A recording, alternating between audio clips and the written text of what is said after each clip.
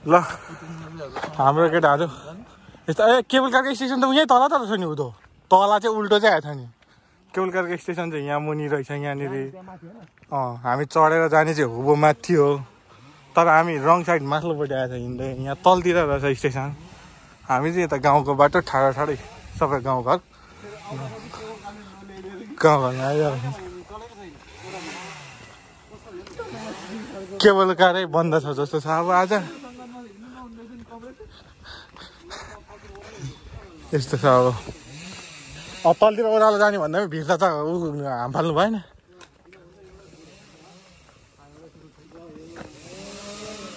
लुगा जिन्दगीमा धेरै पछि यत्रो हिँडेर आइयो केबल कारको स्टेसन त्यहाँ तल त्यो सेतो रहेछ हामी चाहिँ ताबाट घुमेर कहाँ आइआयो भरे लास्टमा केबल कार चाहिँ एउटा पनि चढेको छैन केबल कार सुनसान छ स्टेसन त्यो भयो केबल कार सुनसान छ अब के गर्ने तनाव भयो तर माथि जाने प्लान थियो नभए माथिल्लो डाँडासम्म त्यो डाँडासम्म सैलुङ डाँडातिर जाने प्लान थियो सैलुङ डाँडामा क्यान्सल भयो अब हाम्रो खै अब आज हाम्रै लागि चलाइदियो भने मात्रै हो नभए चाहिँ अब छैन आज सुनसान छ अब यहाँबाट गाडी चढ्ने फेरि फर्किने यहाँको अब ठाउँको बारेमा विशेष